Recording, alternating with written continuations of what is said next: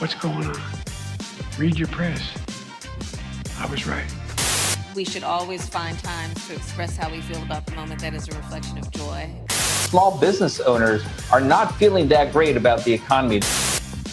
Golly gee, we got a humdinger for you today. Joe Biden claims that he was right about Afghanistan, a Kamalaism for the books. Jobs slow, and should the Fed be worried about too much transparency? All that and more coming up on this episode of Daily Call Live. Thanks so much for tuning in. My name is Jobob. Daily Call Live starts right now. 2, 1. Here we go! You might be the only brown guy on earth named Jobob. That is actually their name, Jobob.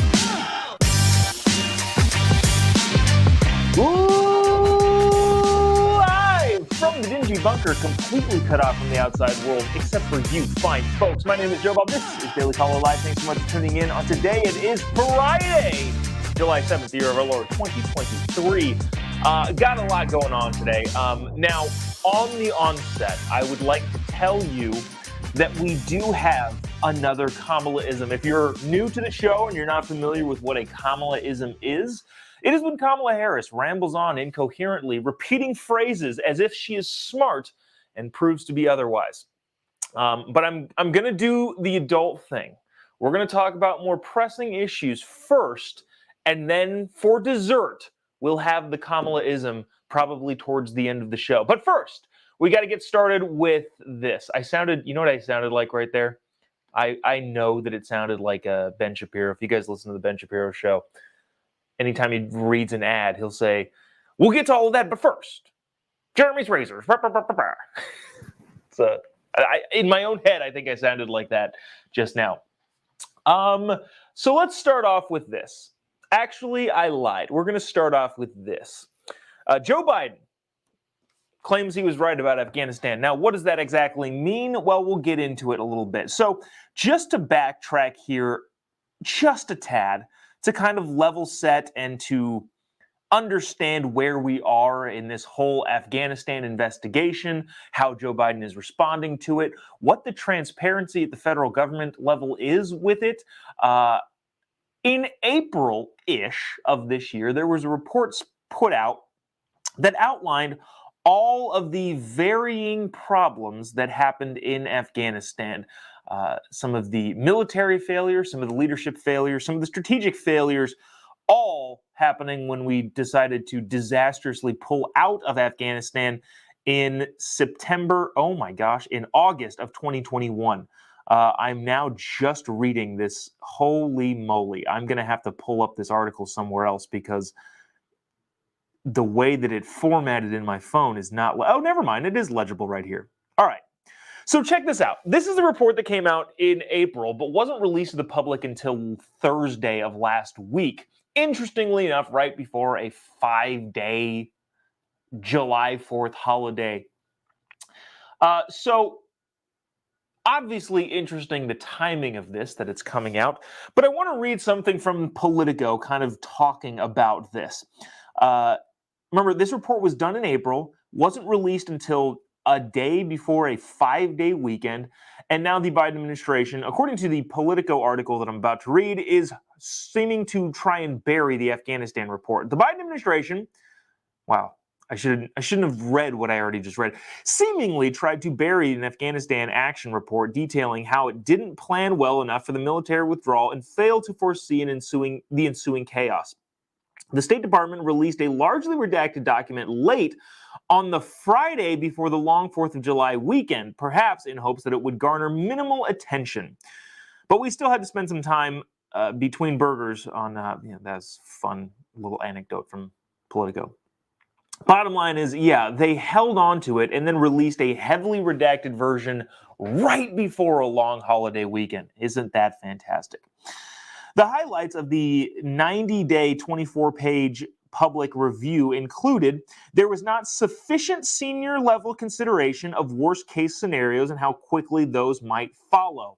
In other words, remember when Joe Biden said, well, Kabul's not going to fall. The Afghani people and the Afghani government will do just well holding it off against the terrorist organizations such as the Taliban and Al-Qaeda and all of the varying factions within those organizations.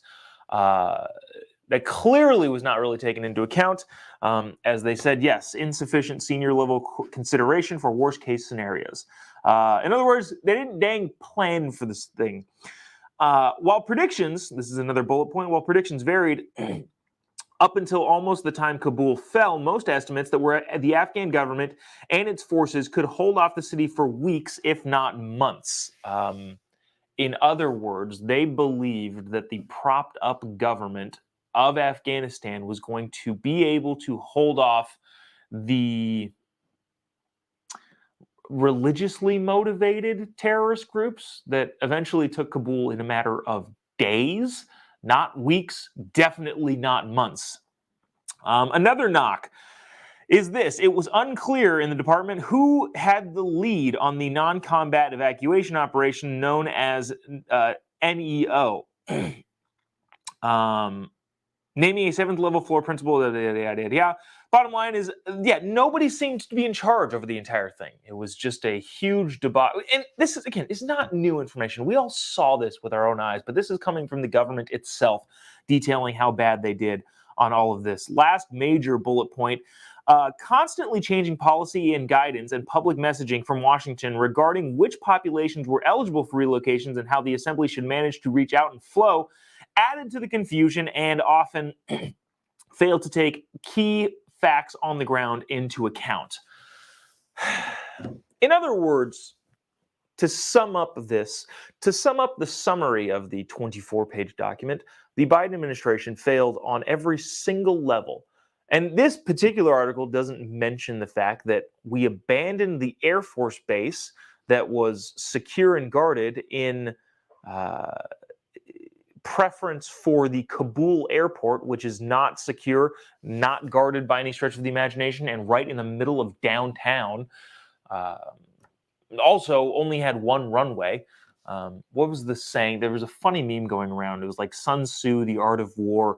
The first step in the art of war is abandon your most strategic airport. Obviously, that was sarcasm and satire, and the fact that that's exactly what the administration decided to do. So the bottom line is they screwed up on a ton of different levels and then tried to bury the report by releasing it on a weekend right before 4th of July holiday. Now, how does Joe Biden respond to that? Well, not well. I want you to watch this video clip, and then you tell me if he's justified in saying what he is saying. Check it out. Mr. President, do you admit failure in Afghanistan? Mistakes. There was a report on Afghanistan withdrawal saying there was failure, mistakes. Do you admit there was mistakes during the withdrawal and before? No, all the evidence is coming back there. Remember what I said about Afghanistan? I said Al-Qaeda would not be there. I said it wouldn't be there. I said we'd get help from the Taliban. What's happening now? What's going on? Read your press.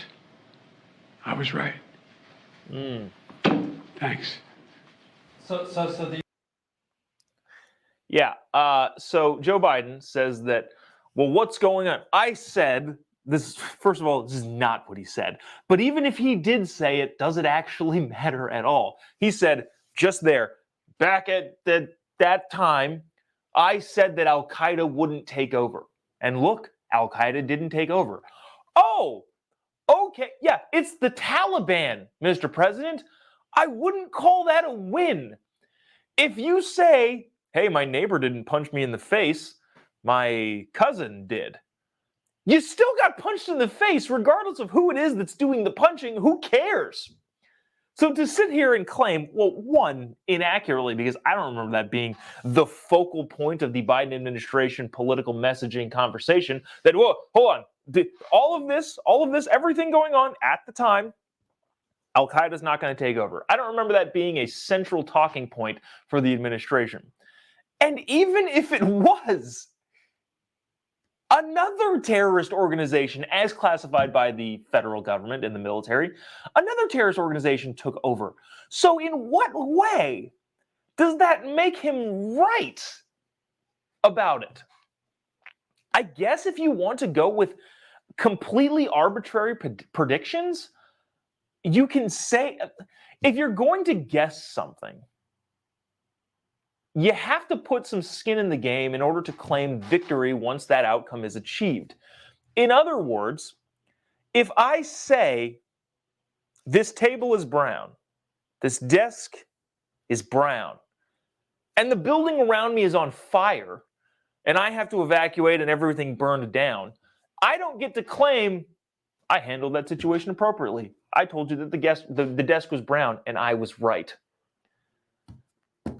Again, comical, again, from the President of the United States. Well, it's not Al-Qaeda. Okay. It's the other terrorist group then. I don't think you get to claim victory on that front. But what else is new with the Biden administration trying to hide what happened in Afghanistan? Moving on, also talking about Joe Biden and the administration. A new jobs report came out yesterday. Was not as strong as expected. Here's the problem with jobs reports and jobs numbers and all this sort of stuff. The expectation, who sets the expectation? Actually, we'll get to that in just a few minutes. But the fact that there's any expectation set, and I think it's set like the day before the jobs reports come out. So the jobs reports is either soft or strong or this or that, the other thing based on expectations. But who's making the expectations and what credentials do they have to just decide that this is what it's supposed to be? I don't know. Bottom line is jobs numbers eased this month with the jobs reports coming out yesterday. 200,009 jobs were added to the American economy, which would mean that possibly employers are slowing their roll when it comes to hiring. Here's a quick Fox News clip, kind of maybe explains it and possibly a little better. I don't even know. I might just repeat what I just said. Check this out. And then overall, also, our small business owners are not feeling that great about the economy. They've been hit with inflation.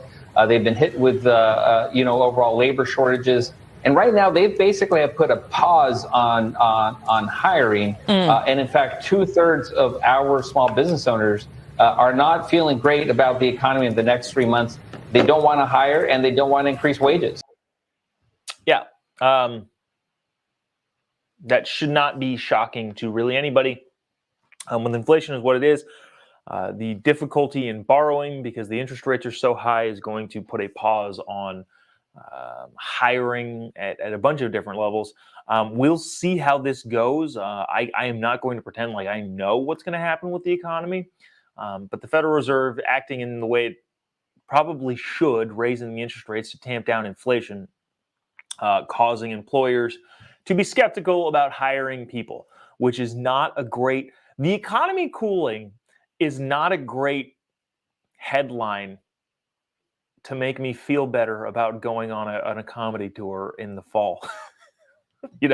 With people penny pinching and clutching their wallets, I'm going to charge them $25 to come see me make trans jokes.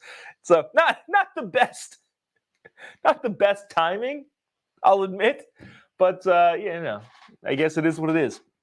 But this I thought was the most interesting thing about the Federal Reserve. So the Federal Reserve, kind of an autonomous federal agency, kind of controlled by the government. The President of the United States, if you don't know this, appoints the Fed chair, and they serve for, I think, 4 years. And so, again, it's kind of autonomous and kind of controlled by the government, whatever. But in the last several years, the Federal Reserve, probably let's say the last decade, has been very, very transparent. And because that's about the time that I started paying attention to politics, I've always thought that was kind of the norm. The Federal Reserve is this open book, and they're telling people what to do and this and that and the other thing. And it didn't really dawn on me that could affect the markets vastly. So with that, I thought this piece from the National Review was really, really interesting. Basically, without getting into the entire nitty-gritty, because I think I'm going to read quite a bit of it, the argument being made is that the Federal Reserve should stop being so transparent and go back to the ways that it was in a Wizard of Oz-esque behind the curtain. This is Kevin Hassett writing. It wasn't so long ago that the Federal Reserve provided almost no real-time information to investors, with market participants left to themselves to try and figure out what they were up to. For example, a 2006 academic article written by a Fed economist during the controversy over the Fed switching from targeting the money supply to targeting federal funds rate, a policy change had never been announced. After a careful study of the transcripts, the paperwork concluded that the Fed had switched the policy target in 1982. It took more than 25 years for academics to officially confirm the switch. In other words, this is just an example of the Federal Reserve acting autonomously and behind the curtain to adjust rates, to target different things in terms of economics. Wow, that was the most ridiculous thing I've heard. To target different things in terms of economics. Words, sometimes they're difficult to come across. But the varying components of an economic system, targeting them in ways that were going to affect the overall economy is what the Fed was trying to do. And the bottom line here is that in the past, the Fed used to operate out of the public view. We didn't know what they were doing specifically because they wouldn't announce particular policies being changed. We would just have to figure them out. Nowadays, Hassett continues, says, of course, the Fed is as transparent as it can be. Its policy targets are announced loud. Its future policy for the next few meetings is signaled well ahead of time, and the information published by the Fed does not just focus on policy. On a quarterly basis, Federal Open Market Committee members report their forecasts for real GDP and unemployment rate, and the inflation rate, and a path of policy rate. In other words, they are an open book at this point. Now, I, generally speaking, am all about government agencies being as transparent and as open as humanly possible. However, when you're so wrong about things, should you be tipping your hand to the field of the public eye so that the public eye loses trust in your ability to do what you're supposed to be doing? Now, the Federal Reserve, obviously is in charge of the monetary system, the central bank of the United States. Now, in a lot of ways, the only thing they can really do is inflate or deflate interest rates. And I probably should not have used those terms because inflate and deflate and inflation is not... In other words, that was confusing. They can move interest rates up, they can move interest rates down. That's effectively all that they can do. They can only do it for the overnight lending interest rates, which then the banks piggyback off of that. If you don't understand that, one, I'm not entirely sure that I do, but two, there are better videos to watch on that than me. So go do some homework on that end. There's this whole idea, too, with the Fed buying back bonds from the Treasury, which is another weird kind of thing. But we won't get into all that right now. The bottom line here is that the Fed is super transparent. The problem with being super transparent is when you're often wrong. The article goes on to say this: in September 2020, let's put our remembering caps back on, the Fed expected 2021 inflation, as measured by PCE, to be 1.7%. with inflation climbing to 1.8% in 2022 and 2% in 2023.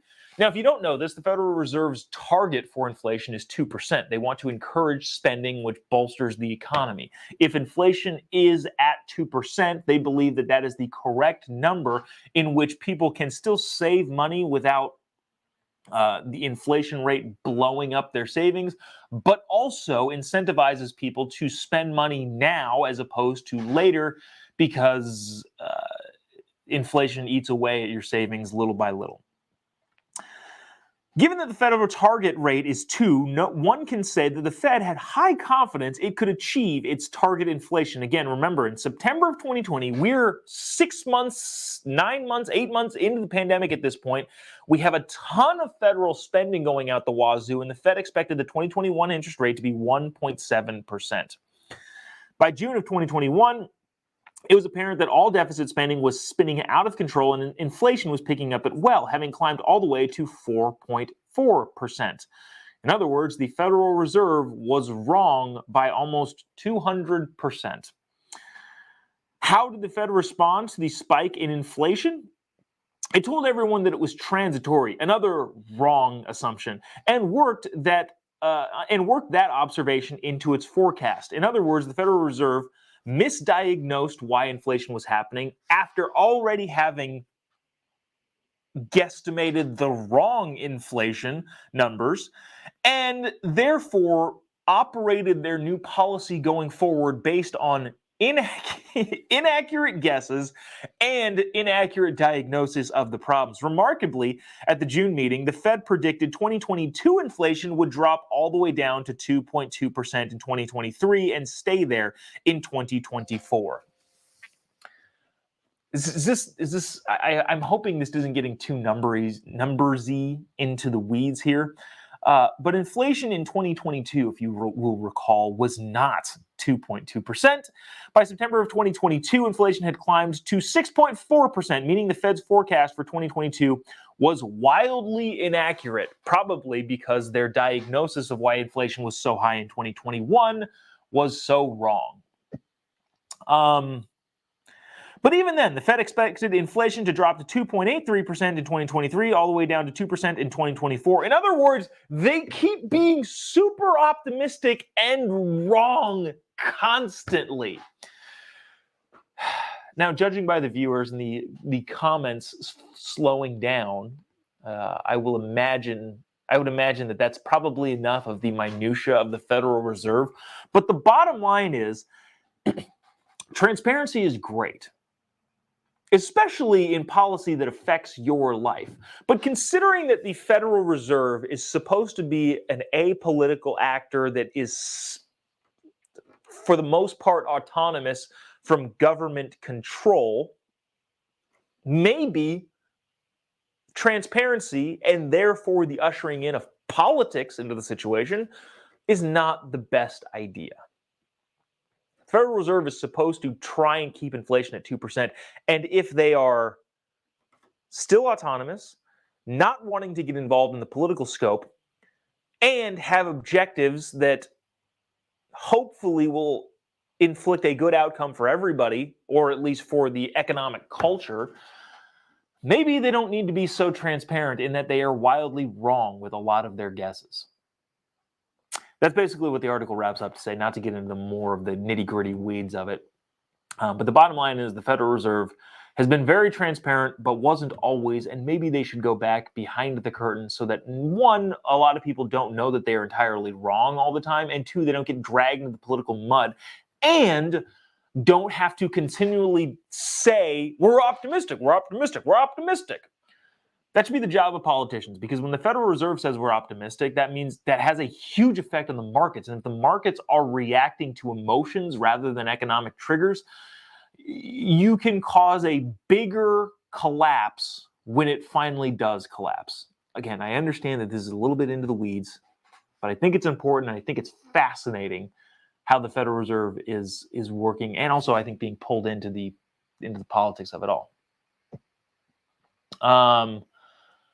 You know what? Hey, Jim, thanks. Just took a glance at the comment. The first one that popped up was Jim saying, this Fed story is outside of my wheelhouse. Good job at trying to explain it. I hope. I don't know. That's the thing. I have no idea. I appreciate the compliment. I have no idea if I explained that well, or if we need to break that down even more on a basic level, because a lot of I'm in this every single day. This is what I do for a living. Like I'm a news hawk. I like this stuff.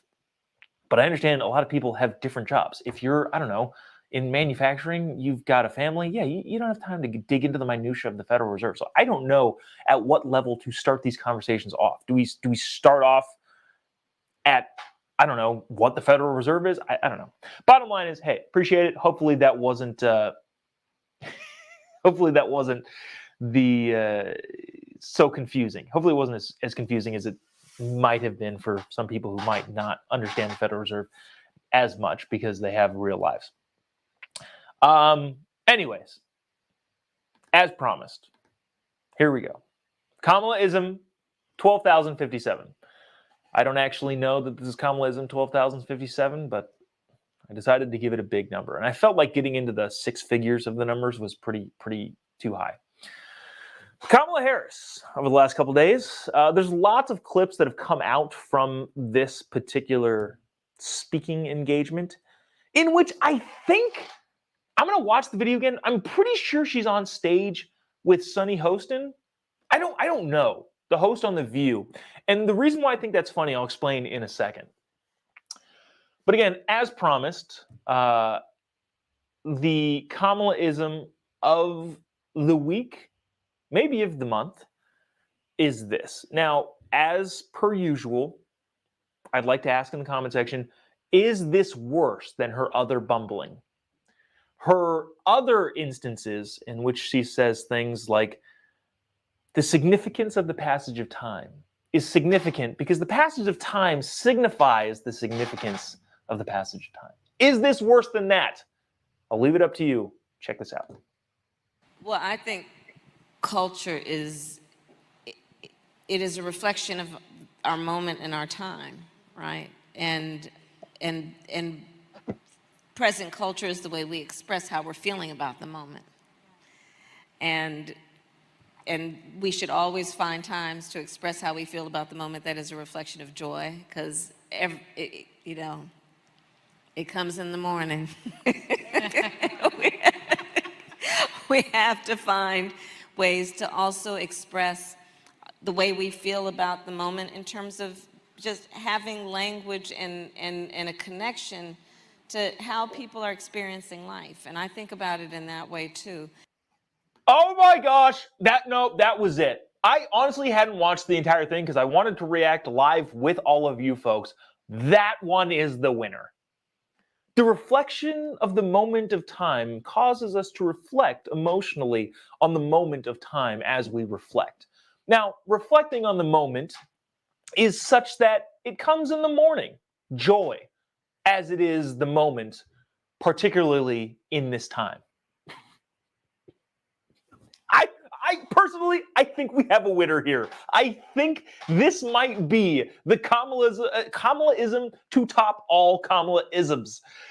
Oh my gosh. And the thing, okay, so I'm gonna do a quick replay here because this is my favorite part about all of these Kamalaisms. I'm gonna do this without volume, and I'm gonna scrub to the point of the video where I think it happens. This is my favorite thing. Watch it. It's the head nod and the laugh, as if she has just dropped some knowledge upon us simpletons that we can so not comprehend the wisdom and the grandeur of Kamala Harris and her dictations to the public. That's my favorite part. Yeah, I just dropped some heat on y'all. I love it. And now, of course, the question is she aware of this? Has somebody in her camp finally garnered the cojones to say, Kamala, I don't know if you know this, but people make fun of you when you don't prepare for things and end up talking in rambling sentences and repeating yourself over and over and over again. And as a person who speaks a lot, especially when I'm in front of crowds, there are some moments where it seems off the cuff, but I promise you I've prepared for pretty much every scenario. Unlike Kamala Harris, who doesn't think about things ever. Does she have any amount of introspection? Does she sit alone sometimes when she is alone and think, how could I improve this? Or does she get off the stage right there and in her head believe, yeah, I just dropped some truth on those people. Boom, mic drop. Everything I say is a mic drop moment. Is that what she thinks? And if so, I cannot wait for her to run for president. Those of you who are new to the show might be shocked at hearing that. But I guess my most unpopular opinion, but also it shouldn't be unpopular, is that I cannot wait for Kamala Harris to run for president. I want to see Kamala versus Gavin, and I want to see Kamala Harris come out on top. I want her to win the Democratic nomination for president of the United States. It would be my greatest joy, knowing that if she were to become the Democratic nominee for president, she would lose 48 states, and I would think that is hilarious. So anyways, I think personally that is the Kamalaism to top all Kamalaisms. If you agree, let me know. Wow, first comment we get to, cannot read that on there. Yeah, I think this is, yeah. Everybody's pretty in agreement here. Jody says, was she really a lawyer? OMG. Yeah, that's, I think, probably the consensus amongst everybody.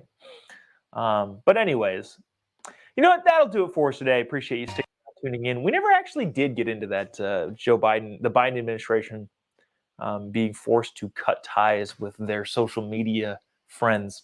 But maybe some other time. I'm sure there's several shows that are covering that.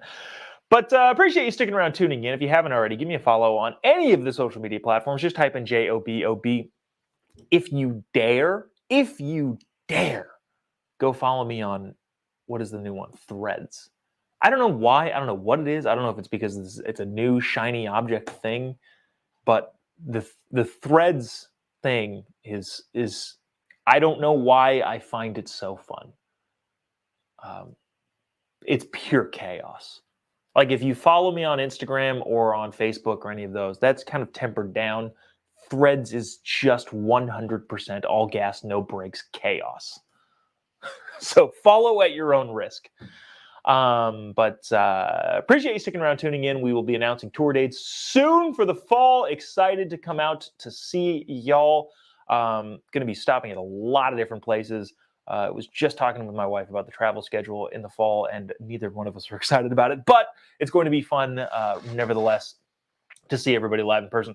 Appreciate you sticking around, tuning in. We'll see you Monday. Have a great weekend. God bless America.